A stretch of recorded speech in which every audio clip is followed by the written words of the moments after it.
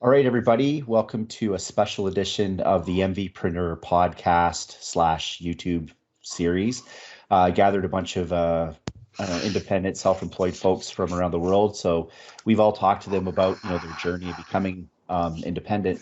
Now, one of the things that we all do is we work from home. Now, with the current world situation, probably many of you have been asked to work from home, or you're an employer and you're wondering, can I trust my people from working from home and stuff like this? Now, we've been doing it for years. I think it's helped us for mental sanity. We don't have to sit in traffic every day. We can get a lot of productivity done. It's better for the environment. The list of benefits is huge, and I've seen all sorts of stats where it increases productivity and a whole bunch of things. So I'm going to go around, We have different guests here. We have Mark Smith, we have Jim Novak, we have Megan Walker, we have Andrew Bibby, we have Marius Lind from Norway, we have Aiden Kaskela, and we have Michael Ochs. So if I missed anybody, start screaming at me now. But I'm going to start. Let's see if we kind of go alphabetical. So Aiden Kaskela, do you want to give one of your tips from working from home? Yeah. Biggest tip or biggest thing that helped me when I started working from home was recognizing that it's okay to be off the clock. A lot of times when I started working from home, I felt like I had my workspace at home, and so there was not really any reason to not respond to an email or get that extra thing done or put in some extra time because I had all my capabilities there. And it almost felt guilty to know that I was able to work and not doing it, especially when somebody needs an answer on something. So that ended up really causing a lot of bleed between personal life and personal time and work time. So big lesson, something I really emphasize is that, do whatever you were doing before when you were working from the office. If you would respond to an email at 7 o'clock, still do that. But don't do any extra work just because you're working from home.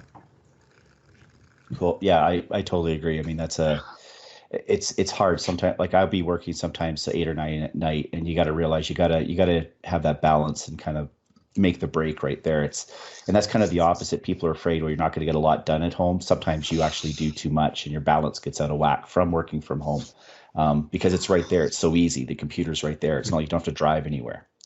Right. So yeah, absolutely. Perfect.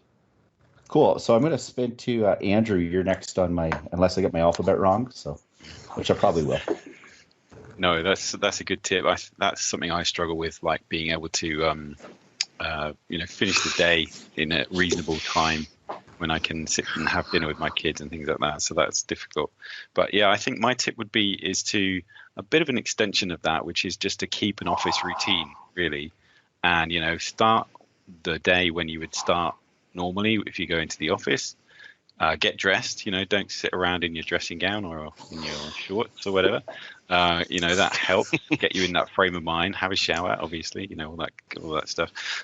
Remember to eat at normal times. Stop for lunch because it's really easy just to fire off that extra email or be on a call, like at lunchtime. And just try and keep that routine, and also don't forget to get up and get out. And it's easy just to sit there all day and watching videos or on conference calls or whatever, to move and stretch. Otherwise I get back problems basically from sitting down all day. So yeah, try and keep that routine of being as in the office as possible. And start and stop at normal times, really. It's quite easy, as Aiden said, to let your work life bleed into home life, and that's something just to be aware of. Yeah, interesting. Andrew's the only one wearing a button-up shirt. The rest of us are in t-shirts or hoodies right now. But thanks, Andy. I got dressed. I think Jim. You guys stole two of the ones I was thinking of too, and I totally agree. Those are critical, and they can make or break it too. They can really, if you establish those two early, I think you can make a big difference for your time working at home. The one thing I would say is may sound a little bit silly is actually get out of the house. So I started working from home years ago. First contract I had, man, I was living alone. I didn't, wasn't with anybody, didn't have any kids or anything, and I became a troll. And I got into the bad habits of just rolling out of bed, working, sun up to sundown, and project I had at the time kind of demanded a lot of work. But what I started to do was set aside some time to just get out, be around people, go to a local coffee shop and work from there. It doesn't have to be in your home office. And I think that, you don't have to even talk to anybody, but just being out and, a little bit of human interaction makes a big difference, because it's real easy to get in that routine. I'm just going to get up, I'm going to do my thing. And I have my, I like my alone time, but it really quick became like, I need to get out and be around people. And I think that's kind of a nice refresher and remind you why you like working at home, and to a degree, but getting out and interacting with people, making sure you do that, makes a big difference, I think. Yeah, no, I totally agree. Like for myself, I mean, under normal circumstances, I go to the gym 3 or 4 times a week. Just trying to get that, a little bit of that interaction. Of course, for the next foreseeable few weeks, if you do go outside, keep 2 meters distance, but still definitely get outside, go for a walk. Like I think, just keep your sanity. Same thing. Yeah, you live like a troll. Cool. Marius, can you hear us? I know he's on. He's muted. They're just muted, or maybe he stepped away. So we'll circle back. Oh, there you are. All right. So I feel bad for Michael being last, because we're probably going to get all of his tips first. The same reasons the other guys have told you already, it's same for me. So what I've actually done quite recently is rent an office. So I go to the office like 2 days a week, just to get a different kind of environment. It's I sit by myself there as well, but I have a different view, and there's also a shared lunchroom, so I get to have some human interaction with other people, and they don't work in IT, which is really weird. But one of the things I would say, like from a home office kind of thing, is that respect that it's your work.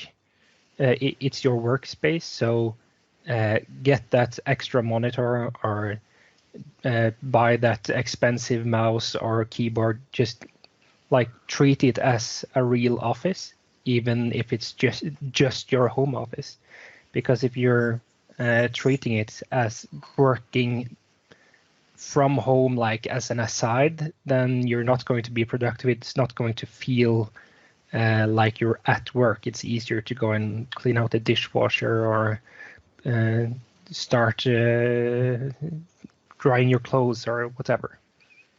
And also decorate, which is really important. That's one thing I like better with the home office than a more formal place, is that you can hang up, I've printed out a picture of my favorite Dragon Ball characters, and behind here you can see some of my Skaven army for Warhammer. I can make it more personal, so it doesn't feel as square and soulless as a cubicle can be. Awesome. No, that's definitely. I think you get really good too, having your own personal workspace. Like for me too, I have my home office, but it's got a door and stuff. But I got same thing. I got all my crazy crap on the walls everywhere, my art up on there and everything like that. And yeah, it's, make it your own space, but again, keep it that's a workspace, right? Cool. All right. Mark Smith from the other side at 2 a.m. who's joining us like a trooper. From the bottom of the world, yes. Speaking of work-life balance, Mark Smith, everybody. So for me, it comes down to gamifying, if you like, the way you work. So for me, I use a technique called Pomodoro, and it allows me to be focused for 25 minutes, and then I take a break. And then I go for another 25 minutes, take a 5-minute break. And I find that by doing that, it allows me to stay super focused. So when I say super, so that means no TV, no gaming. I really can zero in on that time. What I find, I'm much more productive than I was in my traditional office setting. And therefore, I think you got to work out what's the best time of the day that you're productive. For me, it is the first thing in the morning. My first 4 hours, I'm super productive. So therefore, I use my latter 4 hours in the day to do things that I don't need to be as switched on as much. So, it might be phone calls, things like that will happen later in the day, where if I'm writing content or creating content or on a project that I need to get, a lot of work done. And let's say I've got 80 hours of work to actually push out over a period of time, and there's nobody telling you to do it, you've got to be your own guide. So I find that, the key for me is that Pomodoro, gamifying it. Another little tool I use is Toggl, and Toggl allows me to really be truthful to the amount of time I'm spending doing something, whether it's productive once again or not. So yeah, here's 2 tips for you. That's awesome. And I follow the Pomodoro Technique as well. I have on my watch 25-minute or 26-minute timer, and I go through that, and it's no email, no doing anything. It's no Slack, just whatever. You just focus, and it's almost your reward, to check your email or whatever and not be distracted by it. I think it goes with it. Like, I shut off all notifications as well. So, but still I have that time spent. And then the gamification, I don't use I use Toggl on one project, but I created a custom connector to feed my stuff into it. But I built a Power App where I track my time, and it doesn't turn green until I've at least logged 8 hours. And it also shows my billable amounts as the day progresses. So I have these monetary targets in my head on a day-to-day basis. Yeah. And that, surprisingly, as much as I don't like to say I'm motivated by money, but seeing that number value increase basically forces me to keep working, because it's like, okay, I can't slack off because I haven't made enough money today yet. Weird as that may be. Cool. Megan? So you're only working for about an hour a day. It depends on what I'm working on. On the rate you're on, it's there you go. It's green after your first hour because you charge so much, mate. Good work. I like that technique. Exactly. Megan, are you still? I am. Yes, I've been Cool. listening intently. So I think we're obviously all very lucky in our situation that we have worked from home for varying periods of time, but we're all kind of used to it, and we've got our routine, we've got the things that work for us, and that's great. And part of the reason why we're doing this call is to help other people, hopefully, right? And I think we're in such a unique situation where we have offices, whole buildings, whole companies where people have never ever worked from home before. So this is so completely new. So I think a lot of our tips, they're great, but where you've got things like, okay, having an office space and having an extra monitor, whatever. These are people that they don't know how long they're going to be working from home, and then it could be, right, that's it, you're all back in the office at some point. So I think for me, one of the things that I would suggest, and when I first started working from home, I did work from an organization. I was the only one that didn't. I felt a sense of not necessarily panic, but almost like, oh my God, if I don't respond to an email immediately, or if my boss calls and I'm not there and I don't pick up the phone, they're going to think I'm not doing anything. So for me, my tip is almost like a reassurance that you have to let that go. And I'm telling you, someone that works in an office wastes so much more time than I do sitting at home, because you're all standing around the water cooler, you're all standing around the coffee machine, you're talking about what you did at the weekend or what you're going to do next weekend, and just let that go and don't feel like you cannot go to the toilet, go and make yourself a cup of coffee, go and get a snack or whatever. So I think that's it really, is just kind of try to let that go and realize that you can take those breaks just like you did when you were physically in the office. It's okay, and you're not going to get fired because you didn't respond to an email within 5 minutes. So that for me is more for the people that this is a complete new experience. They've never done it before, and some may never ever do it again. So I think that's kind of what we need to help people out that are in this unique situation for the very first time. Yeah, that's great points, because it's like, ooh, like, and there's also that social perception too. Like, oh, you're working from home. That must be nice. It's like, Yeah, it works. it's almost a joke. Like when I was the only person doing it in an organization, there was, and until they saw my productivity and they obviously I was doing work, it's almost like you have to prove yourself. Now the bonus is in this scenario, everybody's likely to be in the same boat. If your office is closed, you're all doing it. So no one's kind of having to prove themselves to the rest of the company. It's everyone's in this together, hopefully. Hopefully, right. And I think, but also it's I think it proves to a lot of companies that this is a viable and profitable way of working. And I think everybody working from home has that, there's a responsibility with it. Don't get us wrong, like for sure, but it's injecting that balance. The scale can tip too much to the other way. And like you said too, it's like, oh, if I don't respond to this email, they think I'm, like just watching. You don't have to respond to an email right away. You have other things going on. Absolutely. Cool. Mr. Ochs, Michael, what's have all the tips been taken? I think Megan took my tip. I was so close to having a unique one, but no. Sorry. So I'm in the same boat as work. And I kind of came on, and there was a bit of it did feel a little bit like I was an outsider at first, but I think the important thing is that you communicate often.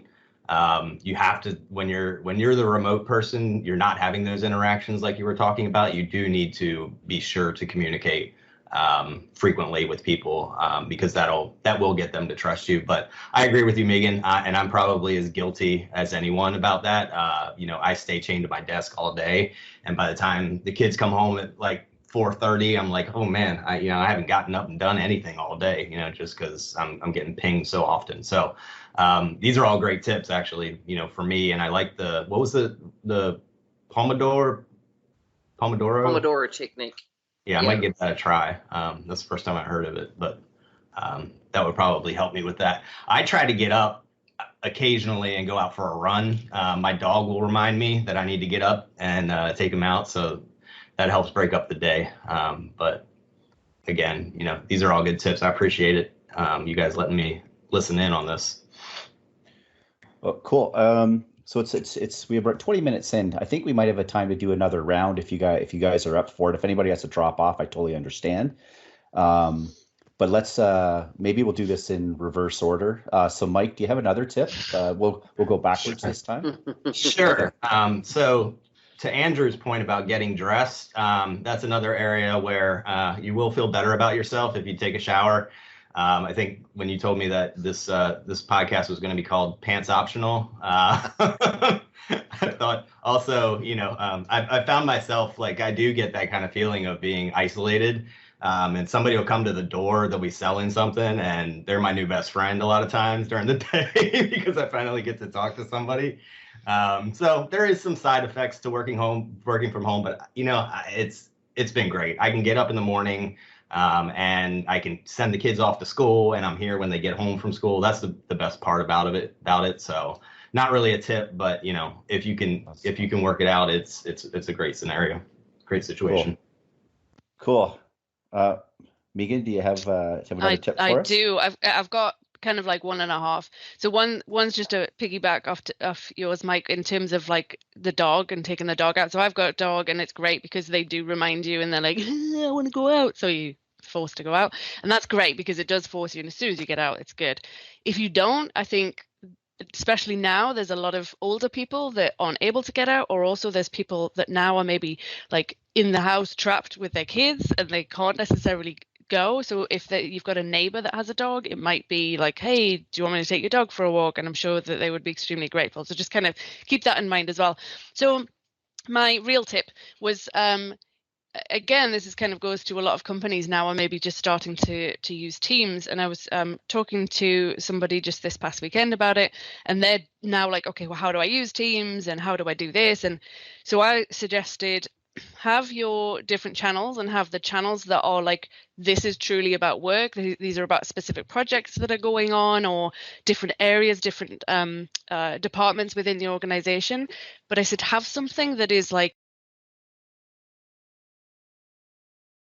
You want to share photos of your dog, your cat, your kids doing silly things. You want to put gifts in there, whatever. Have something that is truly just for put your like frustrations or whatever in this one thing, so that then your real work stuff, which is legitimately needed, obviously with all these organizations that are now all remote. So have the focused areas, but then have something that's just a little bit for fun to hopefully, get people's morale boosted.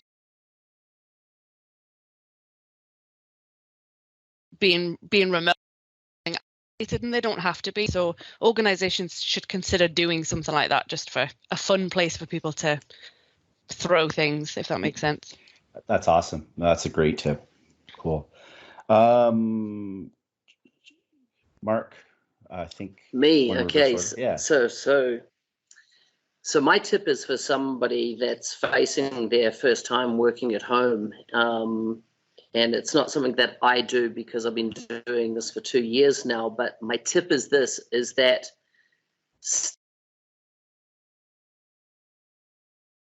you take that break you would at the office, go on Teams or Zoom or whatever you use, and have it as a set time for everybody else in your team.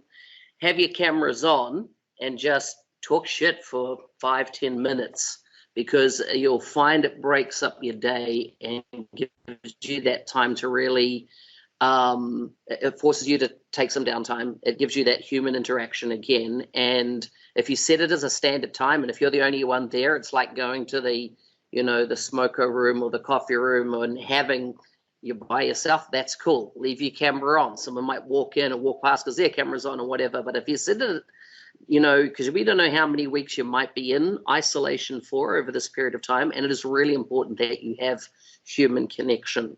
For me, I'm a very, I need a lot of human connection. One of the things I've struggled with in the last 2 years is being remote, is not having, that FaceTime. So I'm a big fan of the third place, like the coffee shop down the road or somewhere like that, where people can see you regularly. You can just talk shit, right? It's not life-changing stuff you're going to talk, but getting that FaceTime, if you're in London,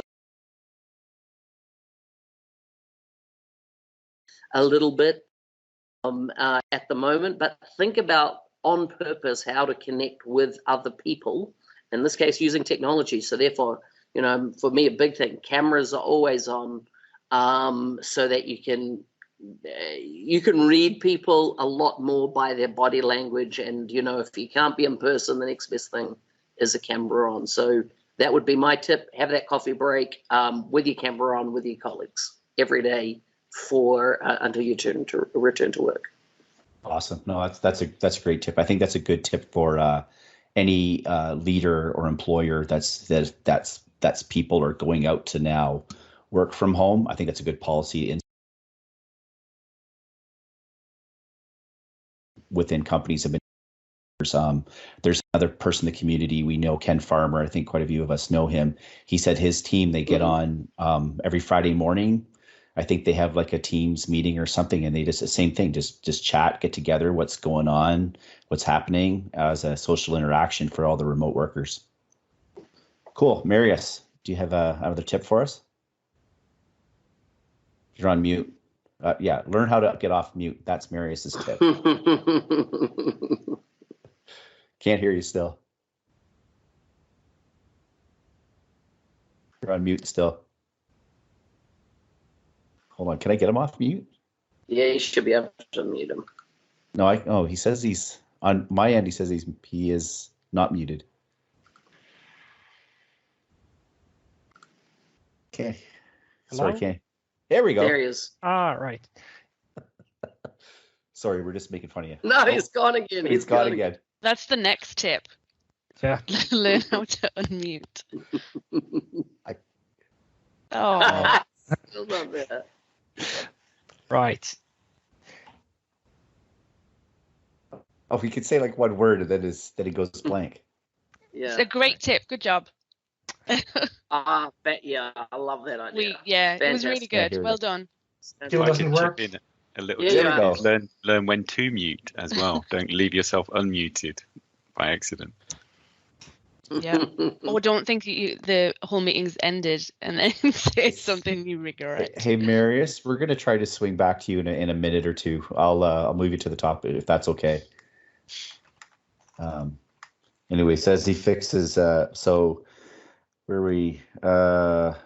Marius, Jim, are you still with us? Yeah, I'm here. Am I unmuted? Can you hear me? Yeah, I can hear you. Yeah, I think everybody kind of alluded to it, and I guess my tip would be set a schedule for yourself. It really depends on what you're working on, what your project is, what your discipline is, like whether you're management or developer or whatever. One thing I struggle with still to this day is having a schedule, right? Because work on a project where I'm kind of on my own and I can do my own things. And there's 1,000 tools for these things, and you should have a list of tasks if you're doing Agile, whatever. But setting aside a schedule for the day, again, ties into a lot of what other people said is, okay, I'm going to do this today. I'm going to make sure I get this done.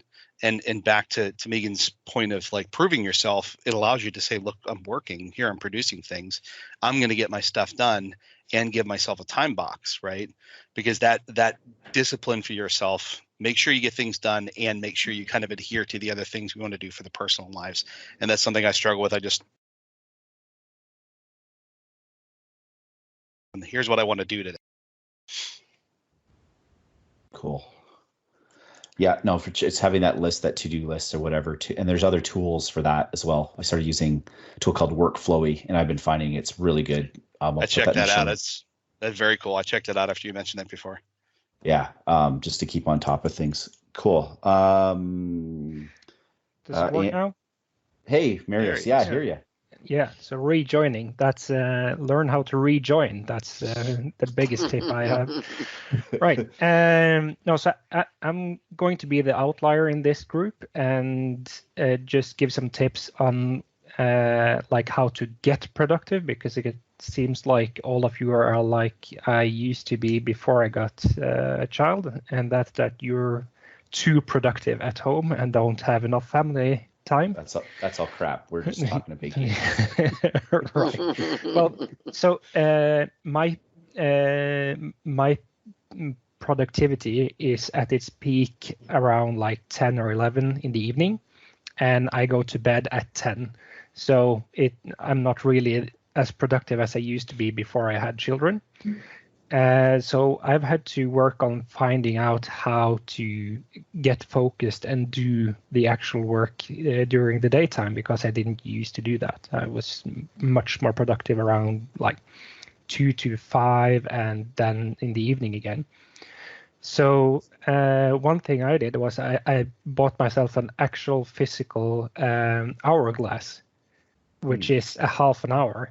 And then I just flip that, and I don't do anything else than what I'm supposed to do for that half an hour. And even if there's just like a few grains left, I don't stop and like just wait for them to run out. Just like, no, you're still on work time. It's just like, think of it as a train. You can't jump off even though you can see the landing. So I use techniques like that, find ways to actually focus. And another thing which is easy, has been easy for some years now, is that whether you're on Windows or Mac OS X or Linux or whatever, you have multiple workspaces. So I split up my applications in workspaces. So right now I'm on workspace 4 because that's where Teams and Slack is. But on workspace 3, I have like remote servers and stuff. And in workspace 2, I have Visual I use. Okay. Anyway, so I rely on communication with my clients. So when I get an email, I have to check it because it might be important. Then I switch over to workspace 1 and I reply to that. And then I remember to switch back to workspace 3 because I don't want to have like Slack or YouTube or whatever available at the same monitor that I'm doing the actual work. So hopefully that makes sense. No, that I think the hourglass is a type of the Pomodoro technique. It's that here's that chunk of time where you're like it's a virtual gun to your head. This is what you have to work on. And I would say I struggle very much with focus and getting distracted. So that's why I need these techniques. So I know we sound like we're all productive, but I think I'm going to go out on a limb and say, I think we all struggle sometimes with focusing on the job. And that's the one thing I'm working on from home on multiple projects. Sometimes we'll gravitate to work on our favorite projects when sometimes the more urgent ones we're kind of, I'll do that later. Like for instance, now I've been pushing off my accounting for the last few days, which I need to focus in on. But yeah, I like that workspaces technique. So I'm going to put some notes in the show notes about that as well. So Jim, Andrew, do you have another tip for us? Yeah, I do. I don't want to skip over Aiden. But I thought, no, because I'm going reverse order. So Aiden's next. Okay. Oh yes, of course. Yeah. I might steal his tip. I like that hourglass idea, because I've tried Pomodoro and I'm not disciplined enough to kind of either respect the time or remember to take a break or whatever. But the physical hourglass, I like that. I might try that. My last tip was going to be around. If you, particularly like Megan says, if this is a new thing for you, working from home, is to set boundaries, not just for yourself, but make the expectation with your family, with your significant other, that actually you're working, and find a space that you can kind of close off. That's your working space, whether it's a spare bedroom or what. But and if the door's closed, you're busy.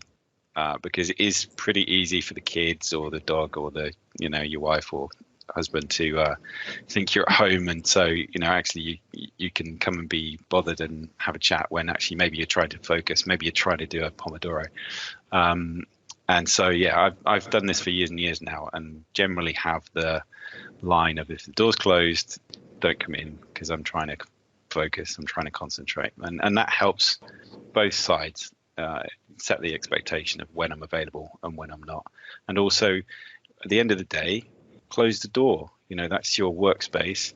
You walk out, you close the door, and it's kind of that physical thing for me again of that's the end of my day.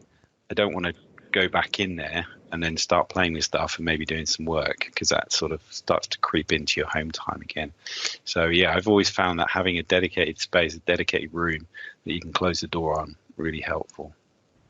Can I just jump in on something that Andy just said? For sure. So I think one of the things, and some of us might experience this as well, because I've just experienced this today. So my husband works in a school, normally goes to work every morning. And for various reasons, he's now going to be working from home for this week and maybe even for the foreseeable future. So and I was kind of joking, but kind of serious. I was like, okay, we need a few ground rules, we need a few boundaries, but then also kind of like felt a bit bad, because I was like, hey, I'm doing this call, it's like 1 p.m. my time, I'm like doing this call, can you take your lunch then so you can leave the room, because so I think that might be new to a lot of people as well, is there's going to be someone that is used to working from home and used to having their space and the way that they work and the focus that they have, and most people aren't lucky enough going to have them be working. I think it's just that as well, as kind of being respectful of each other, and like, okay, well, I've got a call at this point, this is a really important call, versus it's okay if we're both on the phone at the same time. So there's going to be quite a bit of that, I think, that's going to be new to people as well. So sorry, that was kind of an extra jump good in. point. No, this is an open conversation too, but I totally agree. Like I've talked to a friend of mine the other day, and he worked from home for the first time, and him and his wife got into an argument because she kept asking him questions, and he actually kind of said, I'm working, leave me alone. And apparently it caused a bit of friction, and she gave him the silent treatment for the day, and he said it was the most productive day he had ever. So actually, I had when I started working from home, my wife was a stay-at-home mom, and I started working from home. So I thought she was there for me to converse with, because I'm used to having my coffee breaks at work. And now my wife's home, so I can just go talk to her. And so like every 45 minutes, I'm like, hey, hon, anything new going on since last time we talked? And no, so she had to lay down some boundaries for me in that case. Don't speak to me, don't look at me. One thing, this is the Pomodoro Technique in physical form. It's called a Essington glass. It was a Kickstarter project that came out 4 years ago, and it does exactly 25 minutes. Sorry, I know it faded out there. And so, Andrew, that is what it looks like. You can. I had mine delivered while I was in London. It came through from the US. It didn't break. And yeah, it's designed for exactly 25 minutes, and you can have it on. The beauty of this technique over the electronic, because I use that on my phone, the electronic version of it, is that sometimes you can blow past 25 minutes, and if you're in a real focus space, that's not bad. And then you'll realize, oh shit, and flip it over and or take your break. But I've found that really good balance between the electronic version and the physical world. Cool. I'll try to get a link to that, Mark, for the show notes. Yeah. One question I had: what is Workflowy? What was that all about? What do you use it for? Workflowy. It's just really. It's basically you just put all your tasks in bullet points, but you can start indenting them, you can share them, you can tag them, you can. I found by doing all my taking notes, I'm actually creating all these bullet points, but you can do subheadings and things like that and move it around. George Dubinsky actually got me on it, and this to me is how I'm staying on top of my projects, because I'm able to break it and collapse it down and focus on other projects. So I'll send you the link to that as well, but I'll put the link in the show notes.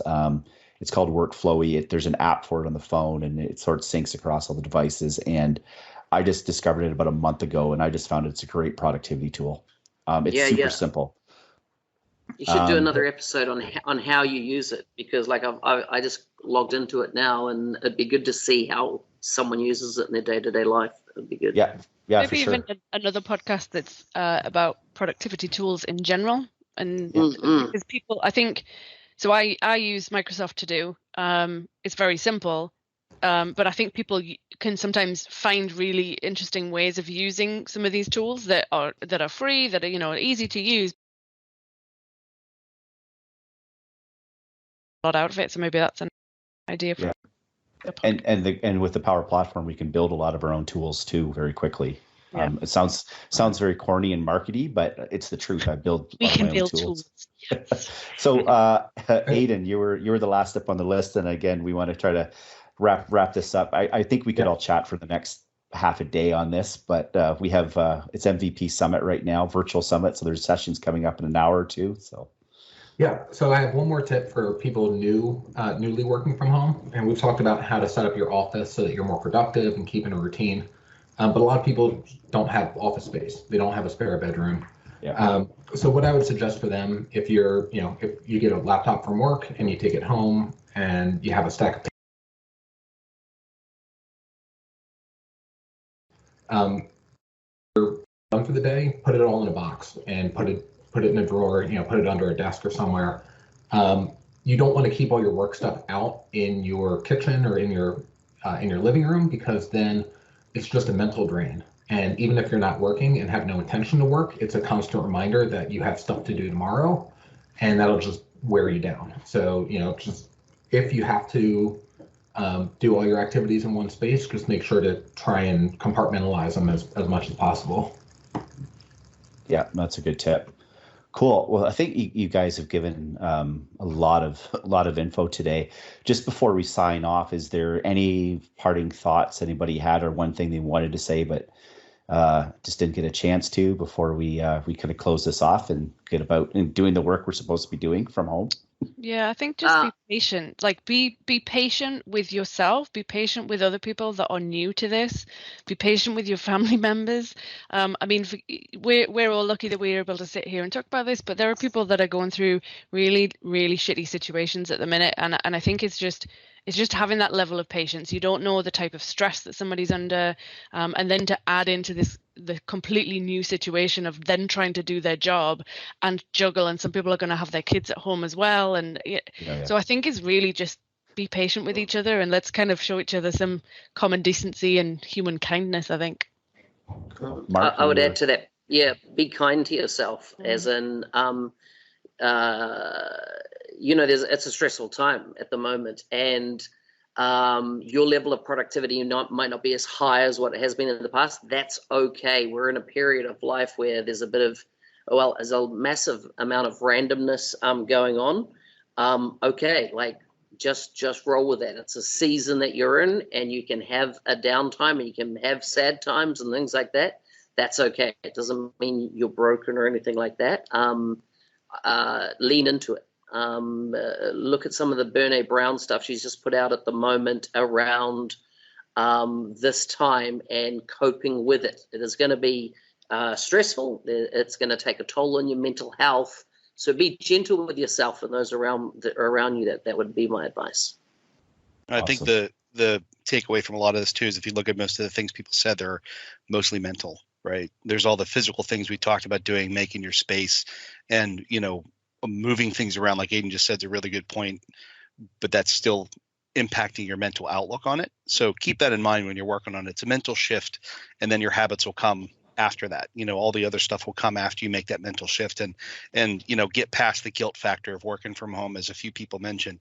So that mental shift to do this will pay off if you just take your time, as everybody said. So just keep in mind, it's not, doing all the physical things we said are great, but if you don't make that mental shift, it doesn't really mean very much. Cool.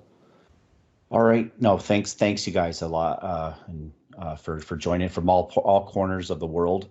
Thanks for hosting. Hey, no problem. Great You've given topic. me, So can we do me a lot of info can we for do a show of hands of who's wearing pants right now? I don't want to get in on that. No. I'm wearing track pants. I hope you, for God's sake, I hope you all are. I have a small thing to build on what Megan said about this whole like random channel on Teams or whatever. So also what you should consider is like create like a rant space or a channel for like just venting, just get some steam out, where you know that it's accepted to like complain about trivial stuff, because sometimes you just need to vent, and it's not like, yeah, I know there's a lot of bad stuff happening, but this annoys me a little, and it's kind of not okay to talk about that in like publicly. But if you have like a safe space to just vent some small frustrations, it's much easier to have a brighter look on other things happening in your life. Yeah, a bit of a pressure valve kind of thing. Like, the price of Brussels sprouts is going over $1, like that kind of stuff. Or more, more. No, I get what you're saying. I think, it's important. The supports that like support each other and everything like that. And I think, this too will pass. We have the technology. We have the science. People are making the right moves. Stay away, take care of each other. And we're all going to see each other in person very soon, I hope. Hopefully next March, but maybe sooner for some of you. And hopefully, I'm really hoping that if we all work together in 2 or 3 months, we'll be looking past and we got through this. It's all good. So thanks, everybody. And we'll be doing some more episodes because I got a lot of new material to think about. And anyways, have a great day. Cheers. Thank you, Nick. Thanks, Nick. Thank you, Bye, Nick. guys. Thank you. Bye. Bye all.